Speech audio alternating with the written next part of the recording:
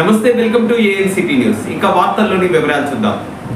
భద్రాద్రి కొత్తగూడెం జిల్లా ఎల్లెందు పట్టణంలోని 14-15 వార్డుల్లో మాలోత్ కవిత గెలుపును కాంక్షిస్తూ దిండిగల రాజేందర్ ఆధ్వర్యంలో ప్రచారం జోరుగా నిర్వహించారు. ఈ సందర్భంగా వారు మాట్లాడుతూ కేసీఆర్ 10 సంవత్సరాల పాలనలో అనుభవించిన సౌకర్యాలు, అందుకున్న సంక్షేమ పథకాలు రోజురోజుకి కాంగ్రెస్ ప్రభుత్వంలో దూరమవుతున్నాయని, కరెంటు పోవటం, భూగర్భ జనాలు ఎండిపోవటం, పంటలకు సాగునీరు లేకపోవటం, కాంగ్రెస్ పార్టీ ఎన్నికల్లో ఇచ్చిన హామీలను ఏ ఒక్కటి నెరవేర్చలేదని ప్రజలు గమనిస్తున్నారని అన్నారు. ప్రజలు ఈసారి కేసీఆర్ బలపరుస్తున్న బీఆర్ఎస్ పార్టీ అభ్యర్థి మాలోత్ కవితను ఎంపీ అభ్యర్థిగా గెలిపించడం ఖాయమని, ప్రతి ఒక్క ఓటరు కారు గుర్తుపై ఓటు వేసి మహబూబాబాద్ పార్లమెంట్ అభ్యర్థి కవితను గెలిపించవలసిందిగా కోరారు. కార్యక్రమంలో ఇల్లెందు మున్సిపల్ వార్డు కౌన్సిలర్లు, బీఆర్ఎస్ పార్టీ ముఖ్య నాయకులు, కార్యకర్తలు, అభిమానులు అధిక సంఖ్యలో పాల్గొన్నారు. జై తెలంగాణ, కేసీఆర్ గారి నాయకత్వం, కేసీఆర్ గారి నాయకత్వం.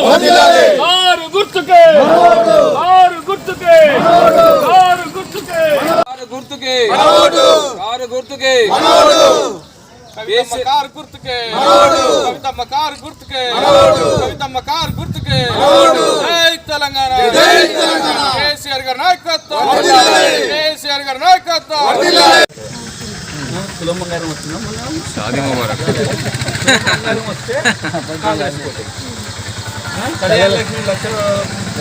शादी मुबारक करना 2500 आए हर महिला को 2500 कौन देते बोले वो कांग्रेस को डालो, नहीं तो हमारे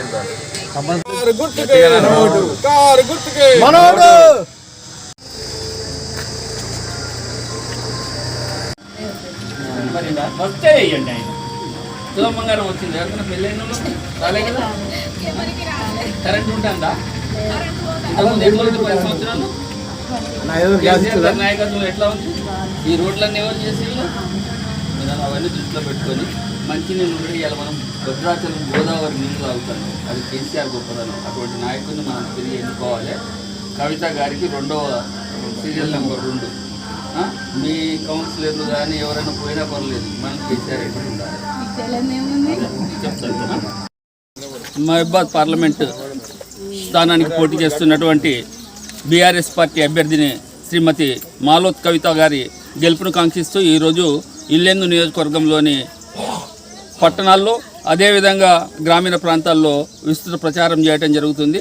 మేము ప్రచారానికి పోయినప్పుడు కేసీఆర్ గారి 10 సంవత్సరాల పరిపాలనలో వాళ్ళు అనుభవించిన సౌకర్యాలు, కేసీఆర్ గారు ప్రవేశపెట్టినటువంటి సంక్షేమ పథకాలు, అదేవిధంగా అభివృద్ధిని మాకే ఎదురు చూపిస్తూ మేము అప్పుడు సుఖశాంతులతో ఉన్నాం. ఇప్పుడు కరెంటు పోతుంది, భూగర్భ జలాలు ఎండిపోయినాయి, మా పంటలకు సాగునీరు లేదు, 2500 రూపాయలు ఇస్తాం, ప్రతి మహిళకి ఇస్తానన్నాయి, అవన్నీ కూడా ఇవ్వకుంటే ఎగ్గొట్టిండు. మాకు అర్థమైపోయింది, ఒకసారి పొరపాటు చేసినాం. ఖచ్చితంగా ఈసారి కేసీఆర్ గారి నాయకత్వంలో పోటీ చేస్తున్నటువంటి బీఆర్ఎస్ పార్టీ అభ్యర్థిని శ్రీమతి మాలోత్ కవిత గారిని గెలిపించాలని చెప్పి ప్రతి వాళ్ళు ముందుకు వస్తున్న సందర్భంలో అందరూ కూడా ఆలోచించాల్సిన అవసరం ఉంది. కేసీఆర్ గారి నాయకత్వంలో గత 10 సంవత్సరాల పరిపాలన కానీ, అభివృద్ధి కానీ, 75 సంవత్సరాల భారతదేశ స్వతంత్ర చరిత్రలో ఇంత అభివృద్ధి కూడా ఎప్పుడు కనబడలేదని చెప్పి ప్రతి వాళ్ళు చెప్తున్నారు. వాళ్ళు ఇస్తున్నటువంటి ప్రోత్సాహంతో మేము ముందుకు వెళ్తున్నాం. ఖచ్చితంగా మహబూబాబాద్ పార్లమెంటు స్థానాన్ని బీఆర్ఎస్ కైవశం చేసుకోవటం ఖాయం. అదే వార్తలు ఇంతటితో సమాప్తం. తిరిగి ప్రసారమయ్యే ఏఎన్సిటీ న్యూస్లో మళ్ళీ కలుసుకుందాం. అంతవరకు సెలవు, నమస్కారం.